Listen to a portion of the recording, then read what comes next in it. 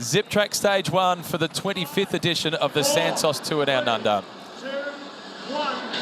Getting underway in Prospect, the destination, Gumeracha, 150.7 kilometres. 3 FX King of the Mountains points along the way and 2 Zip Track intermediate sprints. All importantly, they include the time bonuses in the hunt for both the points classification and the first of the ochre jerseys.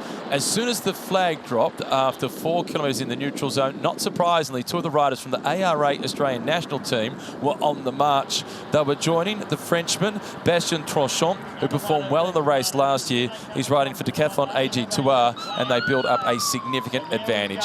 Across the first of the FX King of the Mountains climbs, it was Fergus Browning ahead of Zach Marriage. The 2 Australians working well together, but as they hit the first of the FX intermediate sprints, it was Tranchant catching Zach Marriage by surprise, taking maximum points and also taking the time bonus.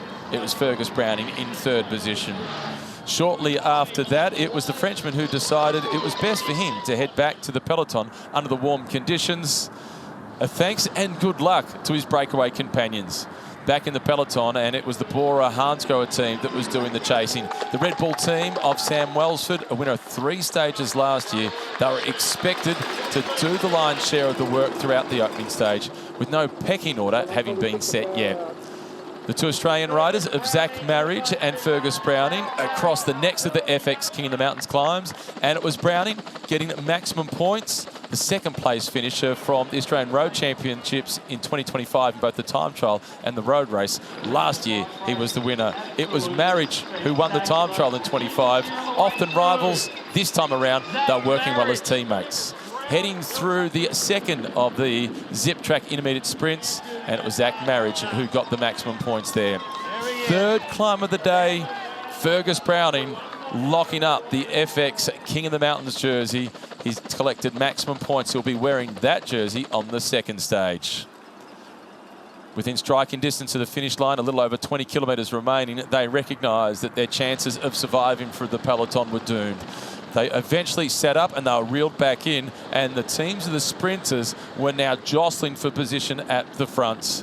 The Australian national champion Luke Durbridge working for his sprinter, but also trying to keep his team leaders out of trouble. But there was a fall towards the back end of the stage, and eventually Durbridge himself was caught up in it.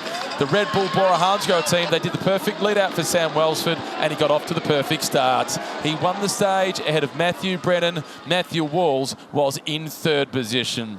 Welsford picking up exactly where he left off 1 year ago. Stepping out onto the podium with the ochre jersey, he is the race leader. Celebrated his birthday just 2 days ago. Last year he won on his birthday. He had to wait a little bit more this time.